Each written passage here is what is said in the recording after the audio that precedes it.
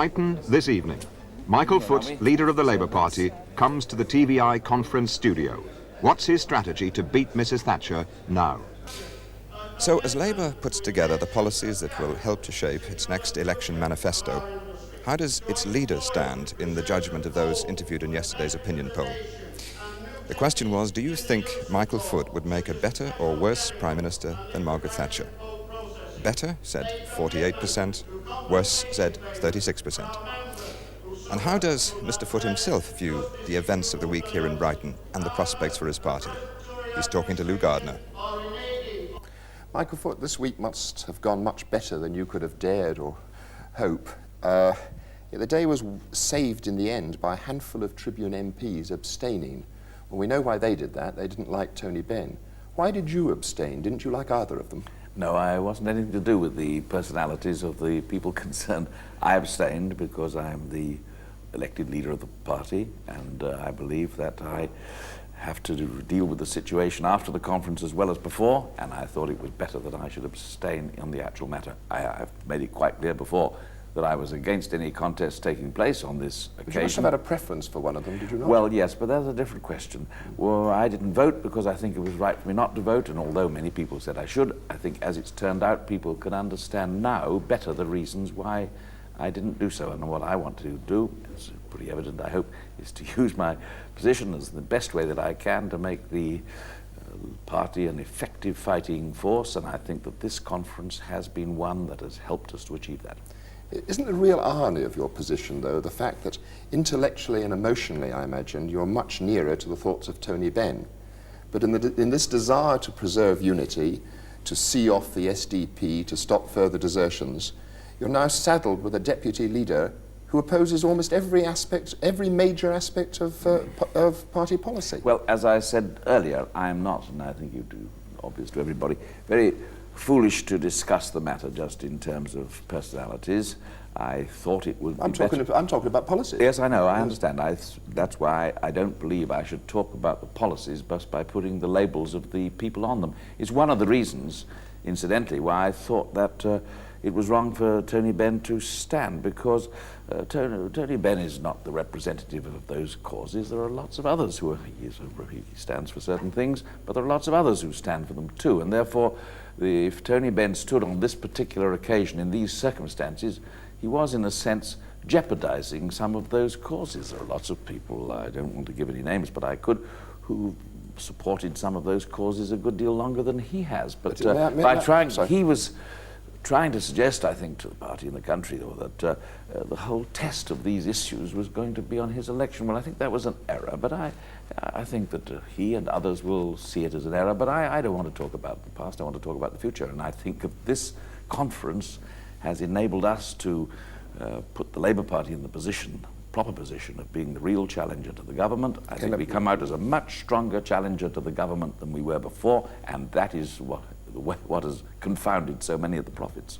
Okay, let me ask you then whether this week we have seen the real Michael Foot, because in fact, in a way, haven't we seen a rather different Michael Foot than the Michael Foot of the past, the passionate rebel? I don't say the real Michael. I don't think. Is this sort of friendly chap who sort of heals cracks with a few good jokes? Is that the new Michael Foot, or is the passionate rebel really? I think what you've seen this week, much more important than the real Michael Foot, is the real Labour Party. That is the Labour Party, through its own democratic processes, asserting its right to be the alternative to this government and looking outwards, overcoming some of the extra internal introvert ways we've been dealing with. So it's the real Labour Party that's come out. Yes, but what about the real Michael Foot?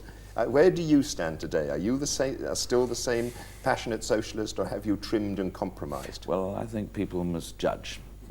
Many people maybe can hear what I said, and I'd much rather they judged on the whole of what I had to say to the conference than on one snap reply on a programme, however eminent the programme and the interviewer might be, because these are not things that can be just expressed in simple terms. They are things that have to be elaborated, and what I had the chance of doing was to elaborate my attitude to the politics of the party and the country at this moment, and I sought in those remarks to put things in their proper perspective, and I think I did. if I could boast, I think I did put it in because I tried to turn the mind of the Labour Party to the question of how we are going to lift the mass unemployment, how we're going to get people jobs back for our people and restore our industries, and also how we are to play a major part as a Labour Party in stopping the nuclear arms race. And I think I tried to put that in a better perspective. And how you get power, and you don't get power with Tony Benn and by your those, side, do no, you? I say those are three things together. Well, no, I don't say, I didn't indeed. I said something the opposite of that, or different But from directly that. by your side. No, as I deputy said, leader. no, what I said, and again I say I put that in my belief in proper perspective in the debate, because I said there, having listened to the Monday, when on Monday we had a very important debate on the alternative, the socialist alternative to what is happening in the economic affairs of our country, and it was opened by Dennis Ely and it was closed by Tony Benn, and I said in my speech I wanted to see a future Labour cabinet in which both of them would play a part, and anyone who looks at the... What job do you see for Tony Well, Benn? I'm not on this programme going to allocate the jobs, but of course if Tony Benn is elected to the shadow cabinet, as I hope he will be, of course he would have to be offered some job in the shadow cabinet, and I'd be very happy to do that, and I hope that that will occur. Have you had the opportunity to speak to him personally since the vote, and has he given you any idea of his intentions? Will he stand next year? I haven't. Is the party to go through all this agony again? I haven't yet had any such discussions with Will you him. have? Of course. Obviously, it's my duty as the leader of the party, and I am elected leader of the Labour Party. It is my duty to talk to him and others who represent a very big forces inside the Labour movement. Nobody can doubt that that's the situation. You urge him not to stand again next Well, year? the last occasion when I discussed the matter with him, I urged him not to stand then, but he wasn't persuaded by what I had to say. But it may be that he may think the circumstances are different. At any rate, that conversation must be left until I have the chance to talk to him. Can we look at some of the points of policy that you've had this week? The party is now pledged to unilateral disarmament. If you become Prime Minister, will you unilaterally disarm? What I will do is to carry out the proposals that we put in our manifesto to the country, and of course that manifesto must take account of the decisions that have happened here at this conference. But perhaps I can... Isn't this the kind of trimming that I was talking about No, earlier? it isn't a trimming at all. No, not trimming at all.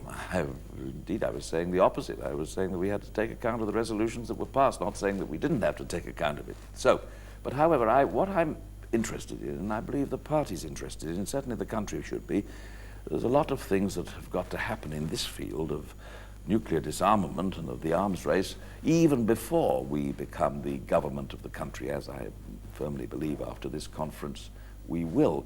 What we've got to do is immediately is to try and influence the present international situation. And I think one of the reasons why, on the whole, what I said was well received by the party was because I was applying my mind and the principles of the Labour Party and my views on nuclear disarmament as well to this present situation. I tried to describe that in my remarks, and I believe that's based on a much more solid assessment of what's happening in the world than anything that people are getting either from Mrs. Thatcher or the SPD, if they've got a policy on these matters. Are you still a unilateralist? Yes, I am indeed, and I've made it quite clear. And indeed, if anyone, again, who looks at the speech that I delivered can see how I sought to put that in perspective as well. That because I'm a unilateralist, because I marched on the Aldermaston as a CNDer, I think it was quite the right expression of a view that we made then.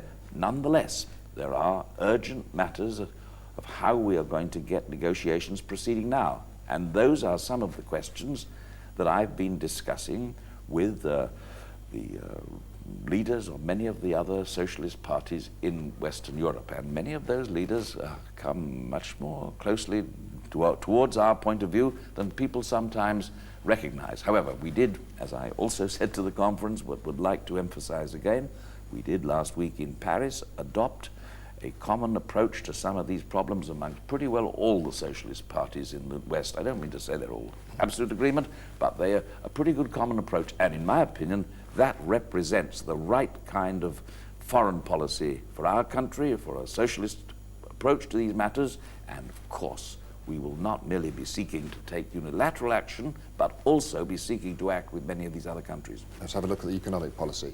It's not a secret that you made this quite clear at the TUC, and Peter Shaw made it clear. Others in the party agree there should be an incomes policy, some deal with the unions. The TUC, the whole movement, rejects that. Will you have an incomes policy? What we will have is a development of what we agreed at between ourselves and the trade unions in the liaison committee, as it's called, and what it proposes in that document, and it was passed unanimously at the TUC and here at the Labour Party conference. Everybody, Benny Seeley, Tony Benn, myself, we've all voted for it, is that there should be what we call a national economic assessment. You want an incomes policy, don't you, well, Mr. Foote? What I said again, I said I didn't try to skirt around these matters at all. I gave my views on this to the conference, and if we are going to carry through all the other things that we've promised to carry through and we're determined to carry through in the field of health and education and rebuilding our industries, dealing with the massive unemployment, a huge range of commitments and pledges for resources that have to be devoted to all those things. If that's going to be carried out, there has to be an agreement between the government and the trade unions. And I say that we are the party that can secure such an intelligent agreement, contrasted with the present government, which apparently thinks that you can deal with those kind of problems by fighting the trade unions. We don't agree. I think you're telling me that you will try and get an incomes policy. No, I'm not. I'm saying it much more clearly than that, I trust. I'm saying it in the way that I put it to the conference and in the way in which we have agreed with the TUC. And we have not agreed on an incomes policy. But what we have agreed on is what I've described as the economic assessment that we want to make together. And I envisage that prior to the new Chancellor of the Exchequer, I don't know who his name will be in the Labour government, but prior to his introducing a budget, he will have a more detailed discussion with the trade unions than we've ever had before, and that budget will therefore bear a very considerable relationship to what we've discussed with them. For example, I give one example, I've got a badge on there of justice for the pensioners, and I've had a discussion today with Jack Jones and others who came representing the pensioners organisation, and they have a very powerful case that they want us to put, and I'm sure that also will figure in the first discussion that we have with them. So instead of having a situation where all the doors are slammed in the face of all the trade union leaders and all the trade unions and all their members up and down the country, we will be opening all those doors, and they will be participating in this assessment that we've approved. Now, included in that assessment, as was agreed at the TUC, I refer you to the documents, included in that assessment will be everything. Can I ask you very quickly, just at the end, is this, in a sense, if you are elected, the last chance for democratic socialism in this country? And also for the present, you have a casting vote in the NEC. How will you use that power to reflect a clear left-wing policies, or perhaps to trim, to make policies more palatable for the public in order to get elected? Well, I know it's two questions in one, but we're in the last minute. I'm a democratic socialist. I always have been. I don't want to disguise it. All my experience, if I can say it, in a government for 6 years made me more of a socialist, not less. I think that is what is happening in the country, and heaven knows, when you see what's on the papers today, all this stuff about the mortgage rates and the rest shooting upwards, and the total collapse of the government's economic policy, I think the country is crying out for our socialist alternative. Mr. Foote, thank you very much indeed.